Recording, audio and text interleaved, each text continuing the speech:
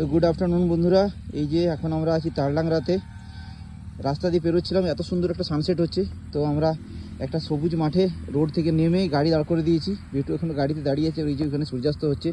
বেটু, তুমি গাড়িটা চালাতে পারবে? না, পারছো না? ও, আর এই যে গাড়ির পিছনটা ঘুরাবে, করতে হবে। ঘুরাও না একটু, করবো একটু পরে, দাঁড়াও। দাও না ঘুরায়।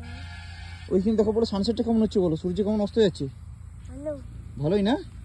যখন আমি আর এই যে এটা সিমলাপাল থেকে এই রাস্তাটা যাচ্ছে, সিমলাপাল থেকে তারলাংরার দিকে, ঠিক তার পাশে দাঁড়িয়ে আছি আমরা। আমি যখন চশমা পরছি তখন ওইটা